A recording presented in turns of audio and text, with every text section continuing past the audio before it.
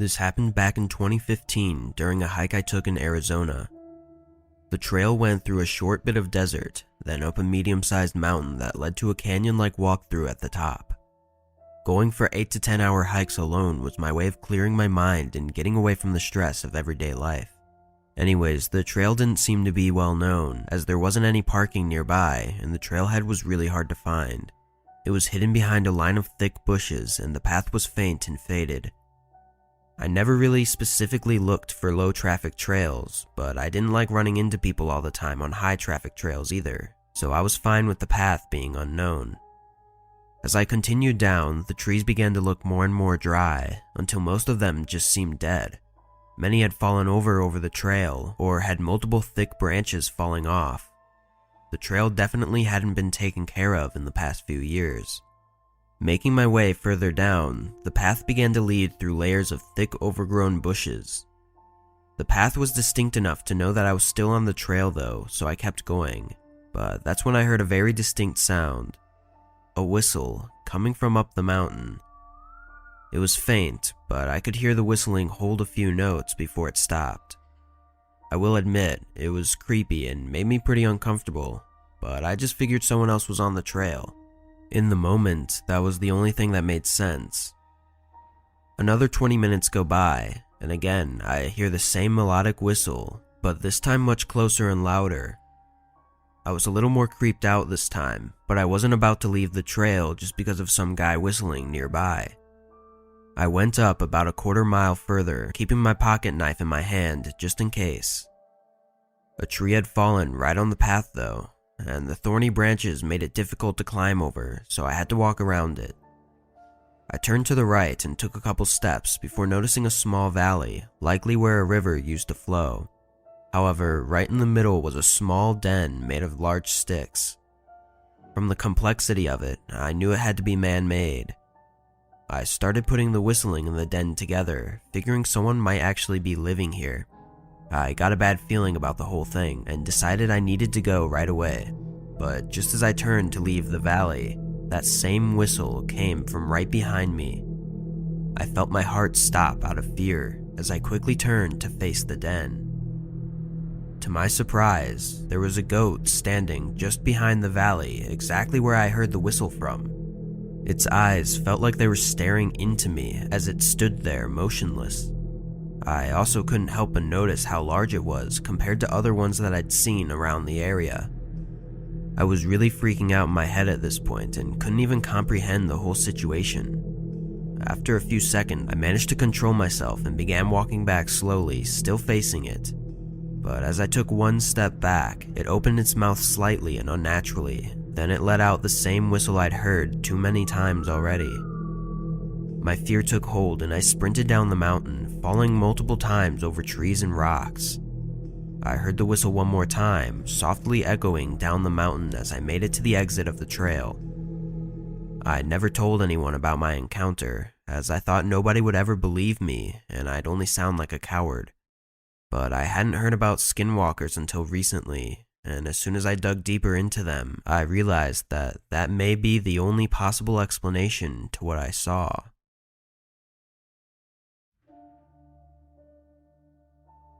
My family would go camping in Wisconsin with some family friends every single year, and every year my dad and his best friend Billy would take me and my sister and all the other kids on what they called a snipe hunt.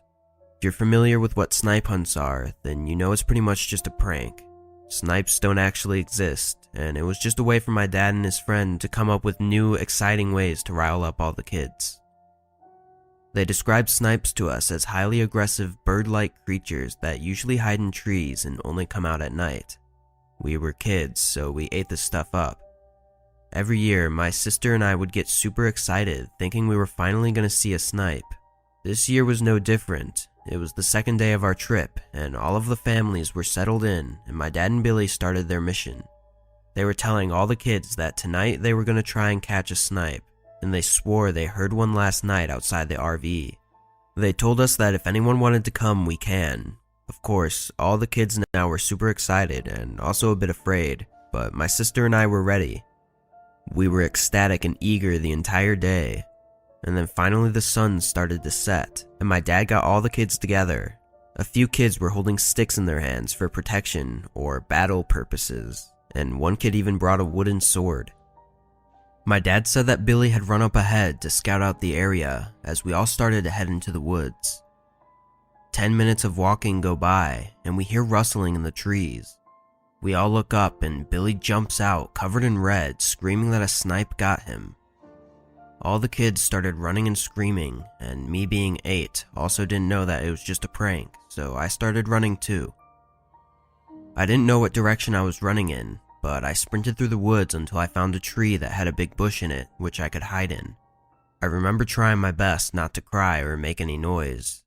A few minutes go by of hearing nothing, and I peeked out of the bushes, and that's when I saw it. Something that sort of resembled a dog, except its legs were abnormally long and skinny. Its head looked mangled and deformed, and I remember seeing only patches of hair scattered around its strange body. I had no clue what it was. I saw it walk by slowly, and while I was a good distance away, I could hear faint moaning. I was mesmerized by this thing, in all honesty. I didn't like looking at it, but I also couldn't look away. The more that I stared at it, the more I felt this overwhelming, strange sense of dread. Years later, that's the only way I can describe it. I was so young, I probably didn't understand what those kinds of feelings were entirely. I just remember being in this kind of daze or trance. All of a sudden, I heard my name being called, and the crunching of twigs and leaves in the distance. The creature I was staring at stopped in its tracks and looked at me dead in the eyes.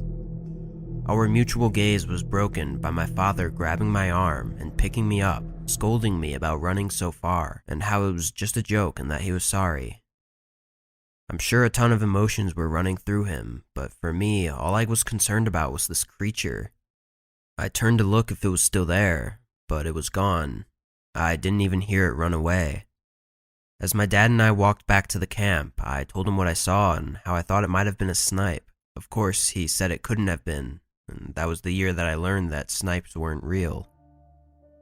Looking back, I'm not sure what I saw that night. I told myself for years that it was just a really big coyote, but something in me knew that it wasn't, and I didn't know why. It wasn't until I learned about Skinwalkers that my gut told me that's what it was. To this day, I have no explanation. It could have been anything. I was really young at that age, so who knows. But even now, sometimes when I'm on bike rides or hikes in the woods, out of the corner of my eye, I can see it again, watching me.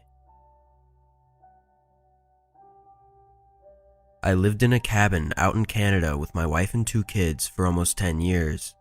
It was the life we all enjoyed, living out in the peaceful and quiet forest. The location of our cabin was very isolated, with no roads even leading to it. However, there were several other families that lived out in cabins a few miles around us. Over time, thin and faint paths formed between our cabins as we would often trade and join each other for dinner. We had a small farm for vegetables, as well as a variety of livestock. Overall, our lives were good and quiet for years, but things took a very sudden turn. I was up late one night, sitting in our living room reading as I usually did, when I hear the cattle start moving around frantically outside. This was really unusual this late at night, so I went over to the window facing our backyard and moved the curtains aside. All of the cattle were on the far left side of the field, moving quickly as if they were running away from something. I shifted my gaze over to the right side, and I couldn't see much through the darkness, but after my eyes adjusted, I was able to make out a very large deer standing partially behind a tree, facing the house. It was very still, not moving at all, just looking in my direction. I couldn't tell if it was looking at me directly, but it gave me a very uneasy feeling.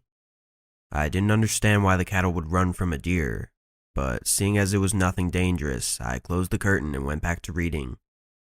A few more weeks go by as usual, before my wife wakes me up in the middle of the night. "What's going on?" She told me to be quiet and listen. I could see the fear in her eyes, as if she'd been up for a while now. Very quietly, I could hear something moving around the cabin slowly. It sounded as if someone was dragging a stick along the walls all the way around. But after the sound made a full circle around the cabin, it stopped. I immediately got up and went to my kids' room to make sure they were okay, then grabbed my hunting rifle and went around to every window. I didn't see anything until the last window I checked, which was my bedroom window, where I could see the same deer standing in the dark forest staring in my direction, not moving at all. Again, I'd never seen an animal act like this before, and I had no explanation for the sounds around the cabin. A dark feeling fell over me, and I closed the curtain. I didn't know what was going on, but it was beginning to make me paranoid. I didn't believe in anything paranormal or possessive, but this was hard to wrap my head around. The next morning, I decided to take a long walk to one of my neighbors' cabins to ask if they had experienced anything unusual lately. I told my wife to keep the kids in the house and to make sure everything was locked, then headed down the path. The whole first mile, I was just trying to come up with any possible explanation for the events that had been happening, but the more I thought about it, the more scared I'd get. Halfway to my neighbor's cabin, I got a weird feeling, and almost instantly I heard leaves rustling behind me. I turned around and met the eyes of the deer, standing right on the path just 15 to 20 feet from me. Staring into its eyes, chills ran down my entire body as I noticed white around its iris and small pupils, a distinct feature to that of human eyes. I turned back around and ran all the way to my neighbor's cabin, practically in tears as I had just witnessed something that I believed could not even be true. Thankfully, my neighbor was home and settled me down when I arrived. He seemed worried for me, but in a different kind of way than I was expecting. When I told him of what I'd seen, he didn't even seem surprised. Sitting in his cabin, he began to share with me his beliefs of the Navajo Skinwalkers. He said that they'd only show themselves if they wanted something from you, or if you have disturbed them. Him talking about it seemed to make him at peace though, which only terrified me even more. I left soon after, and luckily nothing happened on the way back. During the next few weeks, I could barely sleep and had horrible paranoia, but after a while of nothing else happening, I began to get better. However, the peaceful life that I once lived out in the cabin was taken from me, and I never fully recovered from the fear of what I saw.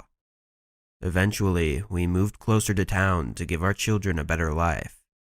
It's been almost 15 years since the events took place, and I never told my wife or kids what I saw on the path, or even what the neighbors told me. I'm not entirely sure why, but something inside of me just urges me to keep them out of it. I think that's why I felt the need to write this and share it now, because I've held it in for too long.